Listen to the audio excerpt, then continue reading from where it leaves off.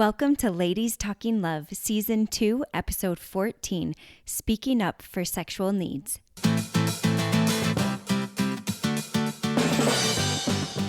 It's Ladies Talking Love, a community of women uncovering more joy and fulfillment in sex as we learn from experts and amazing women like you. Together, let's create a world where women's sexuality is celebrated and understood, beginning with our own. I'm your host, Ariel Finlinson. Let's talk love.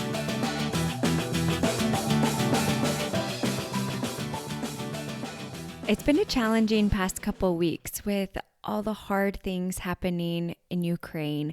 It has affected my mood, and I have been reacting more quickly in negative ways than I would want to.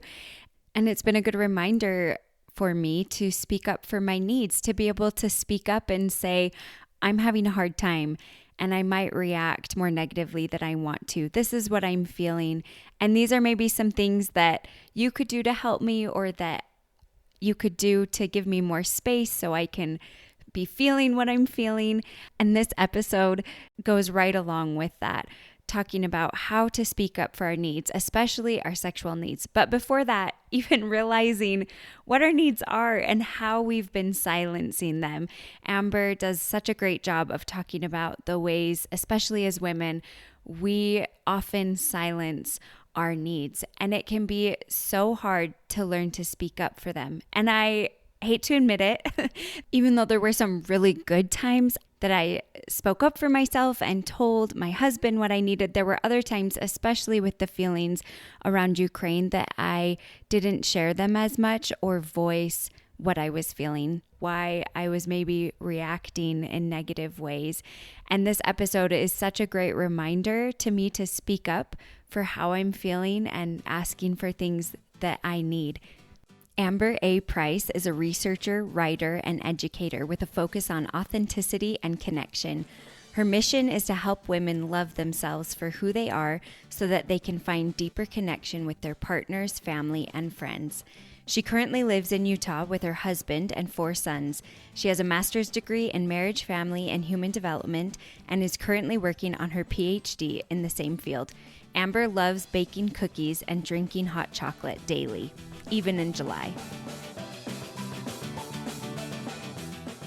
Before jumping in, I just wanted to remind you that we are currently doing our 1-year birthday giveaway. And this is a big one. We had some really great people come together to collaborate. So you're not going to want to miss it because there are some really fantastic prizes. Hop on over to Instagram at ladies.talkinglove to see more details. And one of the biggest ways to enter is by donating to either a charity helping Ukraine, or your friend Tiffany on Instagram also has some family there, so she's got some really great ways to know how to contribute. I'll link those in the show notes. But without further ado, let's talk love. I'm excited to have Amber Price on Ladies Talking Love today. Thanks for joining me, Amber. I'm happy to be here. I've been thinking about this topic for a while, and I'm so excited to have Amber on to talk about getting over silencing our needs, speaking up as women. We're going to kind of dig into a lot of these things. And I'm really excited because I've had a lot of questions and Amber has thought about this a lot. So to first start off, can we just talk a little bit about why women in general have this idea that we need to silence our needs? I mean, it's a little bit hard to know, right? It's hard to look back over your life and be like, where did I pick this up? Because it's everywhere. And I wonder if some of it is a little bit innate, like maybe some of it is just the nature of a woman to want to love and care for other people. And I think that that's probably true. But I think even when we're like brand new little children, we see ourselves, there's a theory called self-in-relation theory that talks about this, but we see ourselves in relation to our primary caretaker, which is usually a woman, right? It's usually our mother.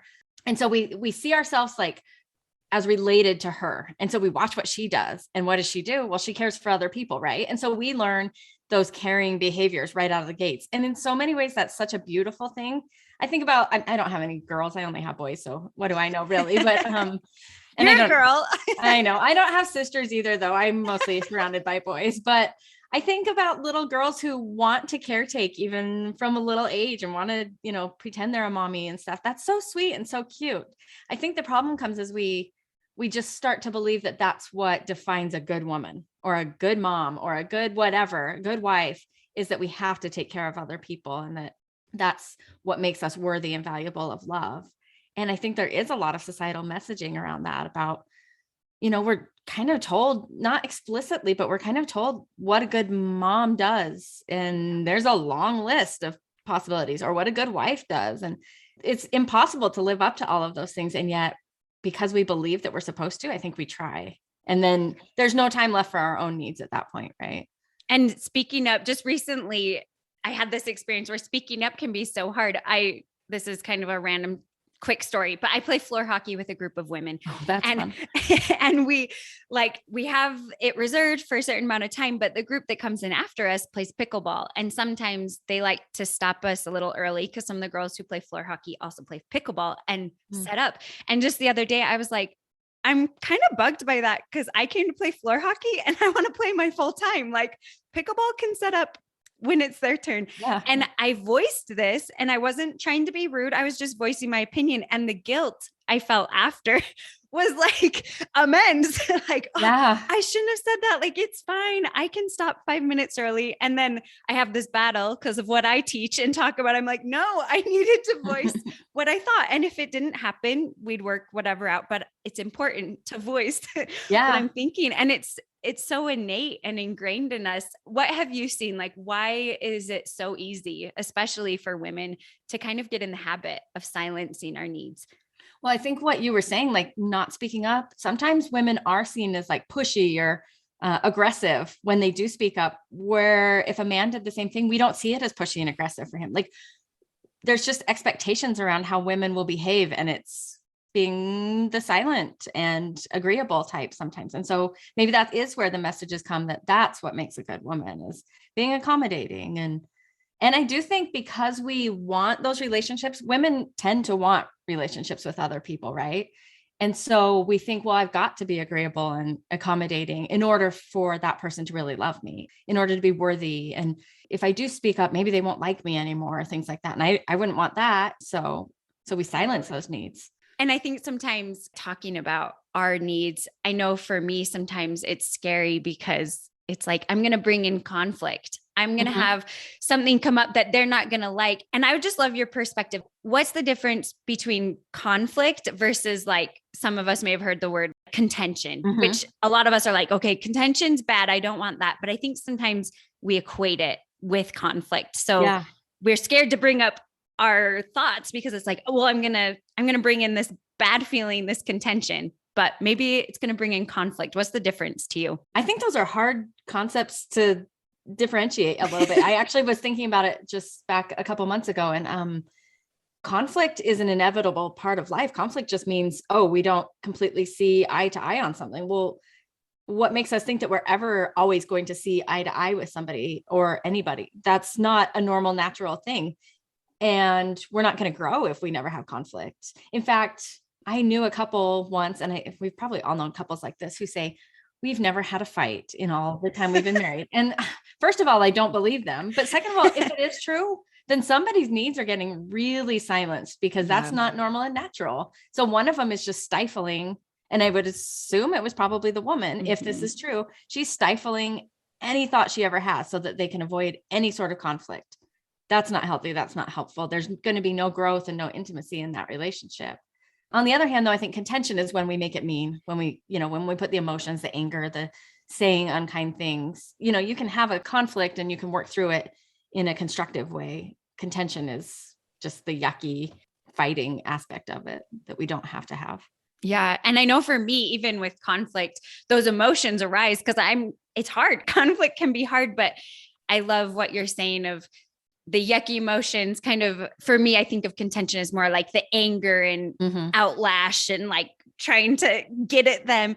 And I have emotions come up when we have conflict, but looking back at my marriage, I can see that the conflict is what has brought growth. Yeah. The conflict is what has helped us grow, helped us come to a place together instead of one of us just saying, oh, okay, like, I guess this is Yeah. how we'll do it. Or I Yeah. guess Yeah. this is how you say it. And it helps me see my partner as his own individual, which is so Yeah. important, especially for our sex lives. Yeah. It's like, wait, you don't agree with me? This is really scary. So I want to listen, but I'm also scared. But it's actually what helps bring us together too, and helps me see him as an individual. But it can be really hard. Yeah. What have you seen then is harmful when women kind of suppress? You talked about how it can be harmful. What does this look like, and why is it harmful? I think there's two big things that come out of this, and they go hand in hand. The first is resentment. If you are constantly giving and giving and giving, or stifling your own thoughts and your needs, sacrificing who you are to somebody else, eventually a lot of resentment is going to build, even if it doesn't feel that way in the beginning. In the beginning, you might think, oh, it's so great to give and to sacrifice. And it is, until you're silencing your own needs entirely. And when that resentment builds, is highly associated with things like depression or anxiety, which isn't fun at all for any of us. But beyond that, I think it leads into the second thing, and that is a lack of intimacy. And we've kind of already skirted around this a little, but you can't know somebody well who's hiding who they are and what their needs are and things like that. I think about this even outside of the context of a sexual relationship. If you think about like a friendship, and if one person's always giving and the other's always receiving, that relationship isn't going to work out. Yeah. We've probably all been in relationships like that. And eventually you're like, I can't, I mean, we're probably thinking of those, most of us probably from the giving side. Like when you give and you give and you give in a relationship, eventually you're like, no, I can't do this. There's got to be that balance with the receiving also, or else it's just not a functional relationship. But I also think, I think you've got to be able to do both. And I think the receiving can be hard. It can be scary. Like, who of us wants to be the person that needs to be served? You know, we love to cook dinner and take it to a neighbor in need, but we don't want to be the neighbor that needs the dinner or whatever, because that's scary and hard and feels vulnerable when somebody needs to serve us. And I think, how true is that in a sexual relationship? Like, sex is inherently vulnerable. And so then to acknowledge your needs in a sexual relationship might feel especially hard or vulnerable, but it's also such a crucial part of that intimate connection. Yes. And especially if you don't want the resentment to build up, which Mm-hmm.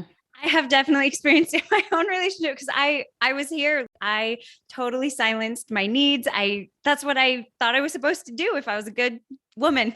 Yeah. That's the message we're all given, right? Yes. And I even think, like, it reminds me of, if you've seen the new movie Encanto, there's that song Surface Pressure, where she talks about, like, if I can't be of service, I think I'm worthless. I can't remember the exact words, but I think that is such a big part of what a lot of us may feel as women. Like, if I'm not serving, if I'm not giving, I'm worthless. So we're looking for this fulfillment through constantly giving without realizing that we don't have to prove anything to be of worth. It's not right about what all these things, which can be so hard. And I know for me, the resentment and pushing down these needs, by the time it was a problem and it was getting really awful, I remember I was in therapy and I was going to be alone for a weekend, and my therapist turned to me and was like, so what are you going to do? And it was like the most immense fear, because I was like, I don't know. Being by myself without someone to take care of for a whole weekend actually sounds terrifying. And I don't know myself enough to even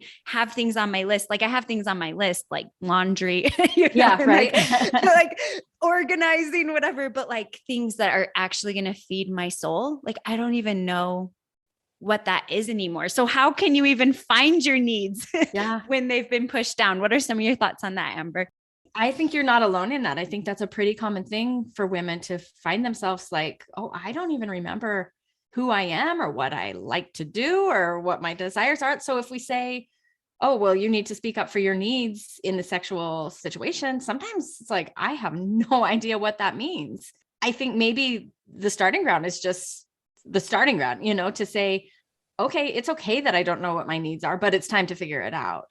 Yeah. And I think this is true both in life in general and in a sexual relationship, but to just say, let me pay attention to kind of what the shoulds or expectations that I've been putting on myself are. And if I can drop those for just a minute, what might surface underneath?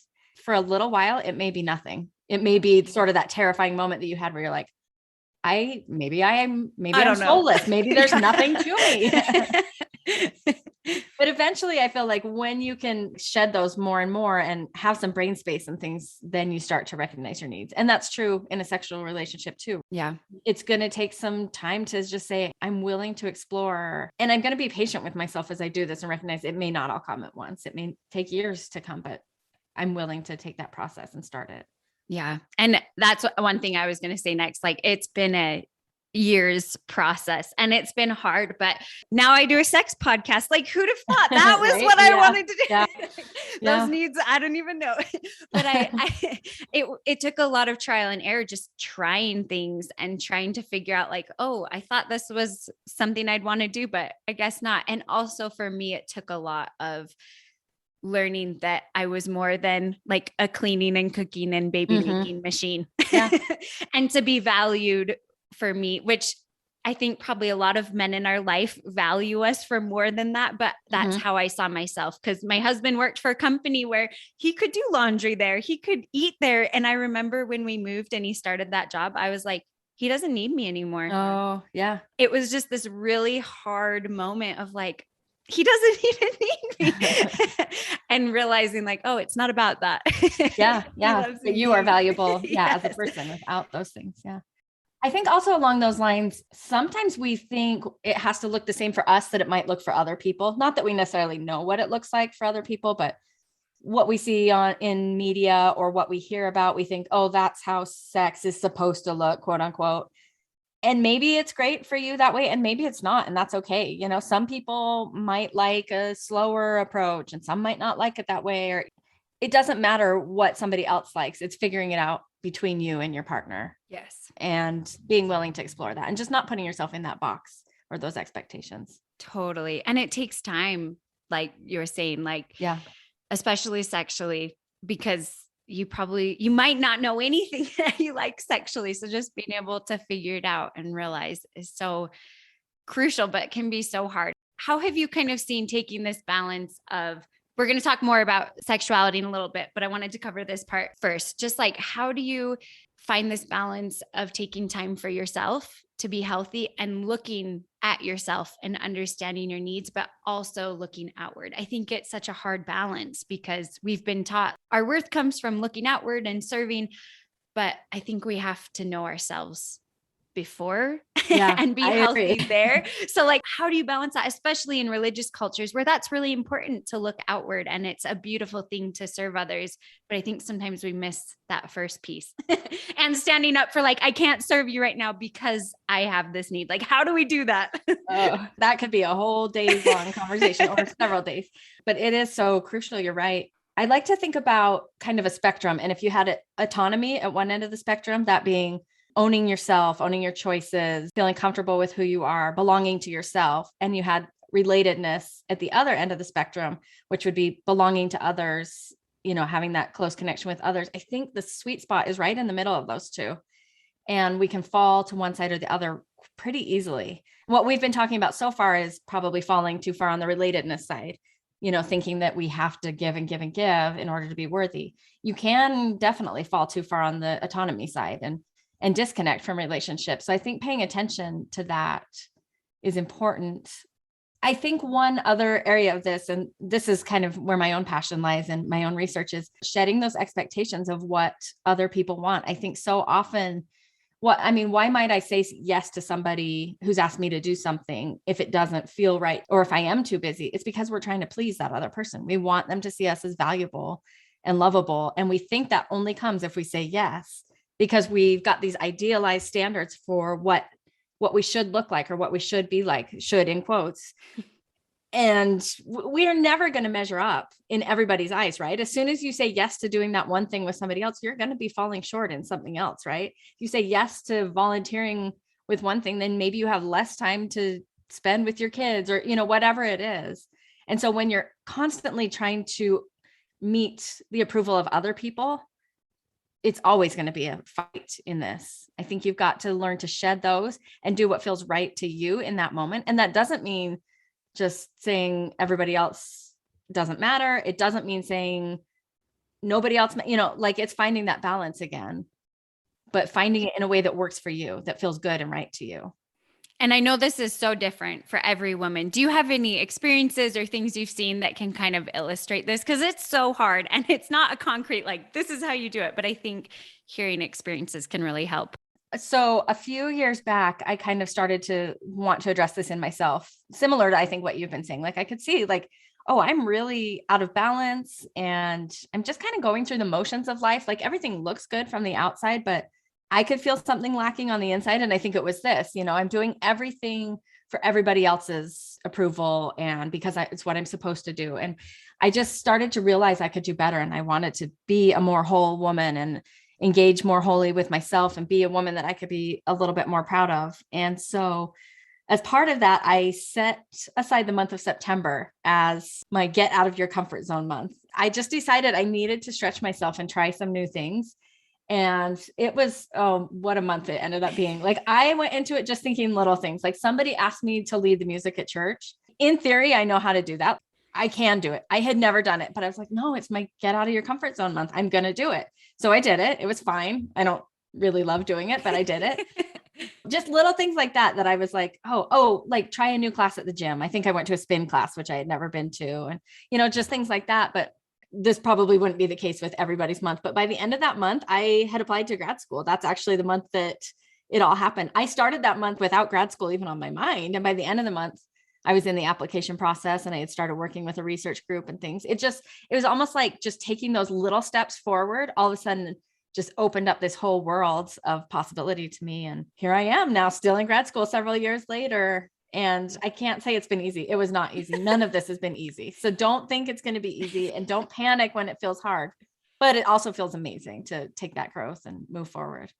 Oh, that is a beautiful example. And I feel like my journey has been a little bit similar to that. And just taking those opportunities to explore, I feel like opened up the door to be open to something new and different. Like you were saying, like stretching. And I feel like sometimes we get so lost in this is what I'm supposed to be doing that we never even ask, especially for me as someone of faith. Like I was like, what would God want me to be doing? And when I opened that up, instead of assuming I was doing what I already was supposed to be, it opened up this whole array of possibilities. Yeah. I'd never dreamed of. And we're so different and hard, but so I feel so much more whole and full. Authentic. That's how I would describe it. I feel authentic. Yes. I love that. Authentic. How does silencing your needs affect your ability to receive from others? Because that's a really important part of intimacy as well. And thinking of in an emotional intimacy in your marriage relationship, but also sexually, like how does silencing your needs affect you being able to receive? I think, again, if we take it kind of outside of the context of a sexual relationship first, it's sometimes a little easier for us to see. Like if you think about giving a gift, there's some people who are really great at receiving a gift. And you're excited when you give it to them because they were so fun to give it to and you want to continue to give them gifts or a compliment. But then there's people who do the opposite and they kind of reject what you're trying to give them or just kind of shut it down or play off the compliment or whatever it is. I was thinking about this and I remember back when we were first married, me and my husband, we had somebody help us. I want to say they helped us fix our car or something. And so we were just really grateful for it. And so we bought him a gift card, I think it was to Olive Garden or something, and tried to give it to him.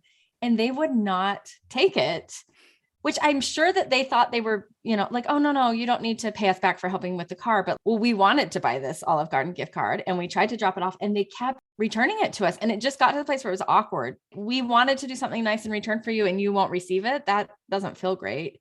And it just kind of put a wall up there that just felt awkward. And I just think, what's that going to be like in a marriage or in a sexual relationship? If one partner's not willing to receive, there is going to be a wall there. There's not going to be that connection that could be possible if you're willing to mutually give and receive together and be good at both, good receivers and good givers.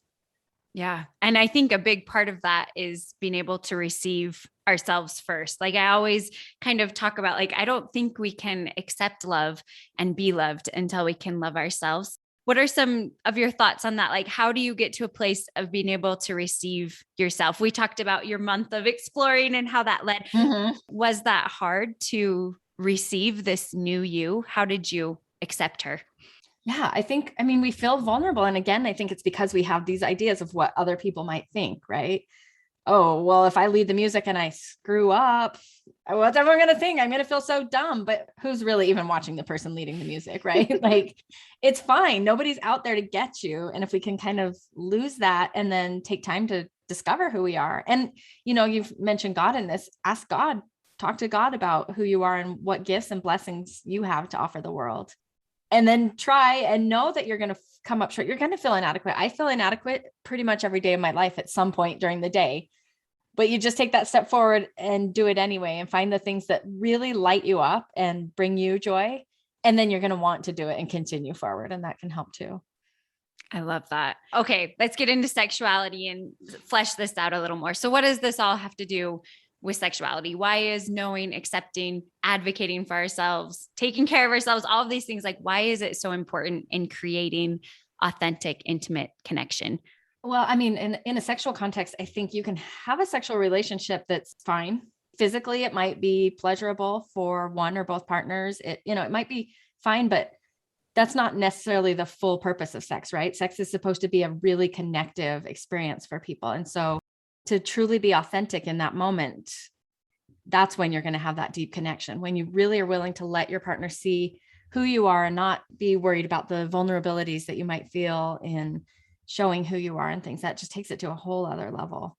I do think too, there's some research out there that women report being sexually satisfied as long as they orgasm most of the time. And I actually really hate it whenever I hear people talking about this research, because how many men do you know that are like, yeah, I'm fine if I only orgasm 60% of the time? No, it's like 100% of the time, most, maybe 90, 95% of the time. And if they're not, there's something wrong. Like, we have to figure this out. They're going to go get a pill to fix it, right? Or whatever. And I hate that women are like, oh, as long as he's happy, I'm happy. It's just, I can see that, like, okay, a woman's maybe like, well, we've spent some time together and we've been intimately connected and things, but I just think, and she's selling herself short when she doesn't want better for her relationship than that. I totally agree. And so much of the research too talks about how women find they say that their sex was like fine and good as long as their partner orgasmed, right, and they didn't have pain. And I'm like, no, this is such a low standard for what we can have. And I think sometimes I see these women and they're strong, they're powerful. They might not even be afraid to voice their opinion in these other areas of their life, but it doesn't always transfer to their sex life. If you've started to realize and be more authentic to yourself in your everyday life, how do you transfer that to your sex life? I don't think it's an easy transfer. Yeah. I was going to say, I think that probably the only answer to that is saying, I need to transfer this to my sex life, and making a conscious effort to do that, and challenging the things that you're putting up with, or, just asking yourself, what do I want? What are my desires? And I guess I hesitate to just say, oh, you can only be satisfied if you orgasm, because that maybe isn't true. But I think it's worth asking yourself, what do you want? And maybe, are you setting your standards for yourself a little too low and just expecting less for yourself than you are for your partner? And I was thinking too, just about how I've seen this in myself, where I looked to my husband's satisfaction as a guide to if I was satisfied or not. And I feel like I was searching, I wanted satisfaction, but I honestly felt like if my husband's satisfied, I should be satisfied instead of knowing that we needed it both. And I've thought a lot about, what does intimacy, sexual intimacy, connection look like? And I've kind of come to the conclusion, I feel like to be completely authentic and intimate, it means showing yourself to your partner as well. Intimacy isn't a one-sided thing. And so to allow that deep connection, your partner has to understand you sexually, non-sexually, as a whole person. And you have to allow that knowing. That's a crucial part to intimacy. How do we kind of go about that? What are some of your thoughts on getting that into our sex lives? Because it can be so challenging, and there's so many hard cultural things that have pushed women back for a long time. Yeah. I think one thing to recognize too, though, is that probably your partner wants this. I think maybe sometimes we as women are like, well, as long as he's happy, I'm happy, like we've been saying, and I'll just serve him, but he probably wants to serve you too. And if you're shutting that down, you're blocking that possibility off. And so just allowing yourself to receive in the sexual context. It's going to be different for every person, but starting where you're at and saying, well, what do I need to try? Or what things am I shutting off in myself that I'm not willing to try or acknowledge? Or, is there kind of touch that I really have stopped or not allowed to happen because maybe I felt like I shouldn't, or it felt awkward, or, just letting that exploration happen. And just, again, letting it take time, because it will take time. You're not going to figure it out the first time or the second time or the third time, or, it's going to take a while. And that's okay. That's maybe also seeing it as a journey together. I really love Dr. David Schnarch used to talk about that the sexual relationship is supposed to be a challenge. And I really love that concept that it's actually supposed to be about working together to figure out the relationship together. That's what actually grows you as a couple. And so if it is a challenge to try to break through some of the whatever has been in your mind before, that's okay. Work with your partner to do that. Talk about it. Try new things. Let the growth happen between you.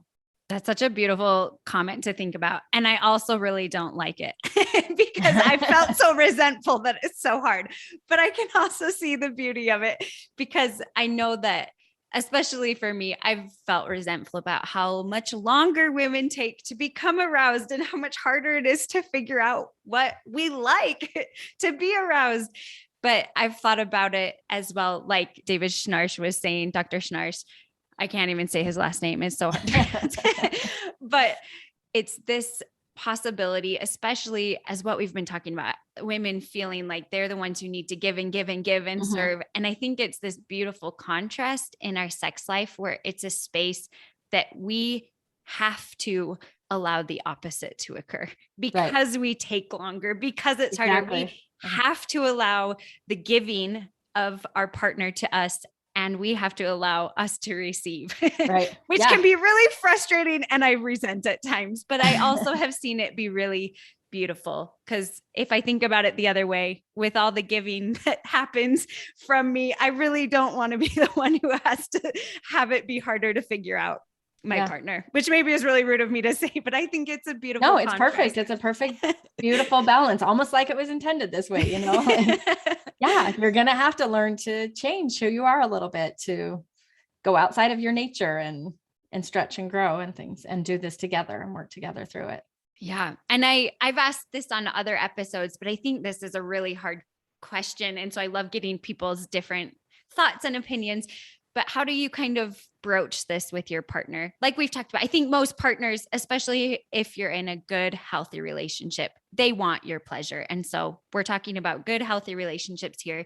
But when patterns have been happening over years of marriage, it can be kind of tricky to switch those, especially if you haven't advocated for yourself as a woman. Your partner might be hurt. Like, what? Why didn't you tell me this has been going on for years? What are some of your thoughts on broaching this topic and really bringing in that intimacy in a hard conversation?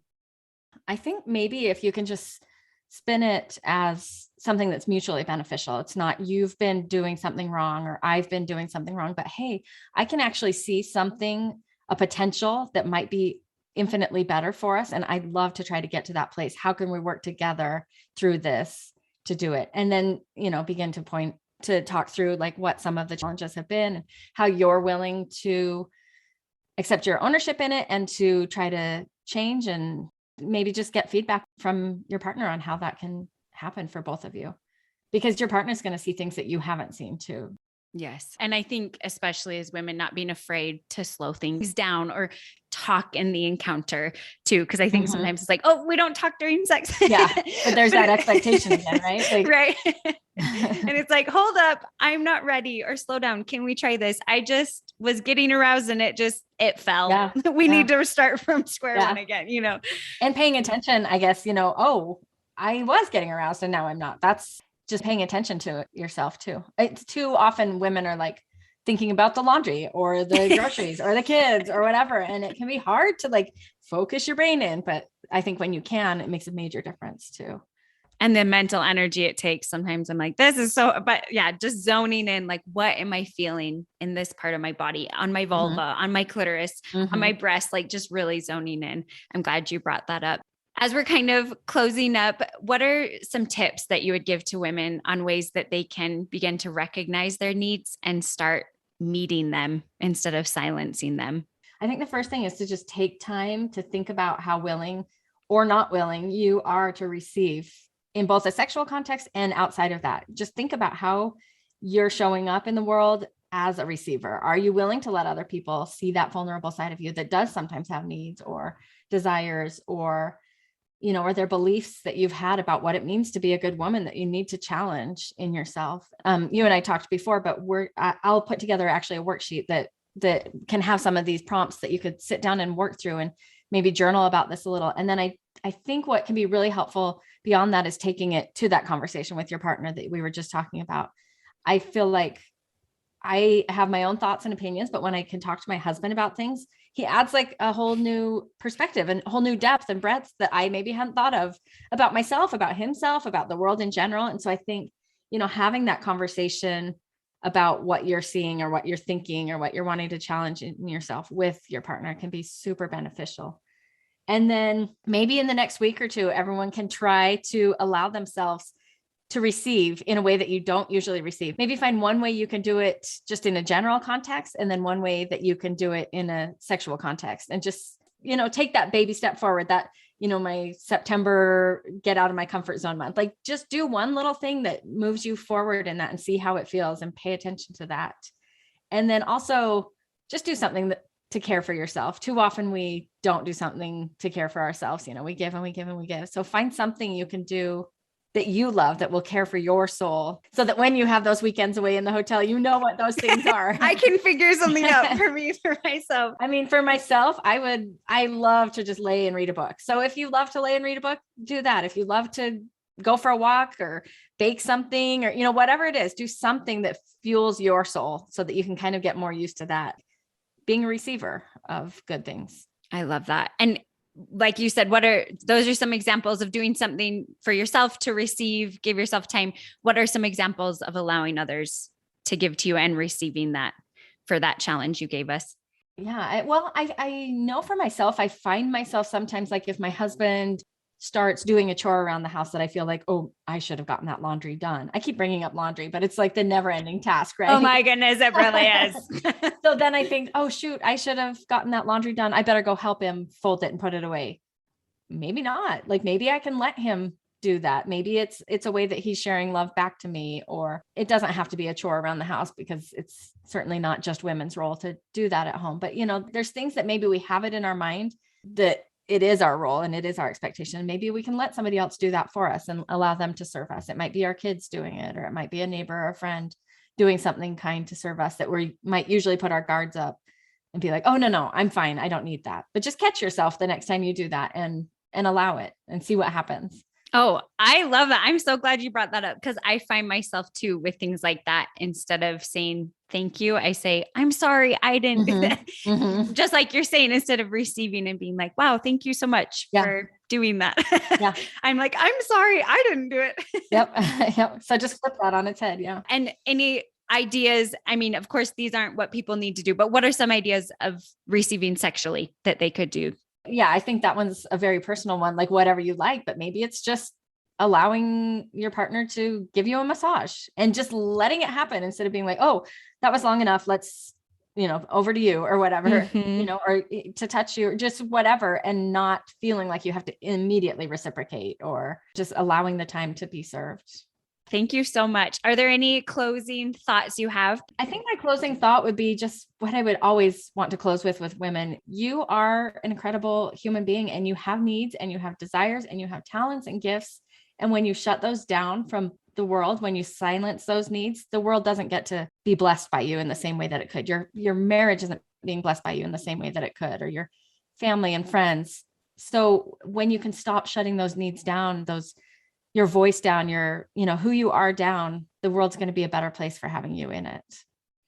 Oh, thank you. I needed to hear that. Where can we find you, Amber? Where can we find the worksheet that we can journal about? So my website is amberaprice.com. I'll put together a worksheet that has some of these journaling prompts and things that women can work through as they want to. And that will just be at amberaprice.com/ladiestalkinglove. Oh, that's perfect. Yeah. And then I'm on Instagram just at amber.a.price. And I know you have some courses coming up for women. They're not ready yet, but do you want to tell us a little bit about that and maybe when we can look for those?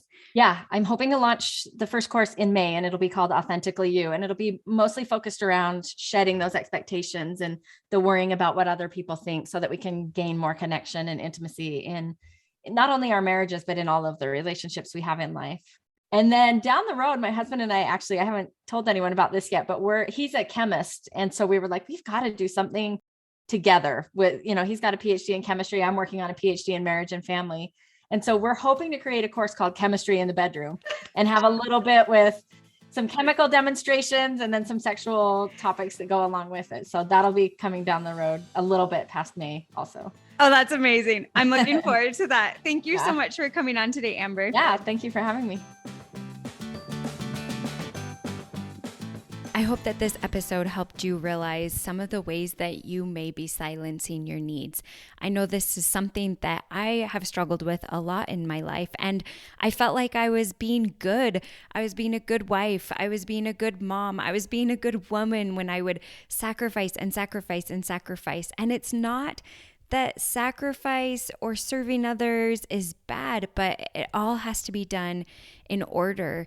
And the first priority is to understand yourself and to be in tune with yourself and to know yourself.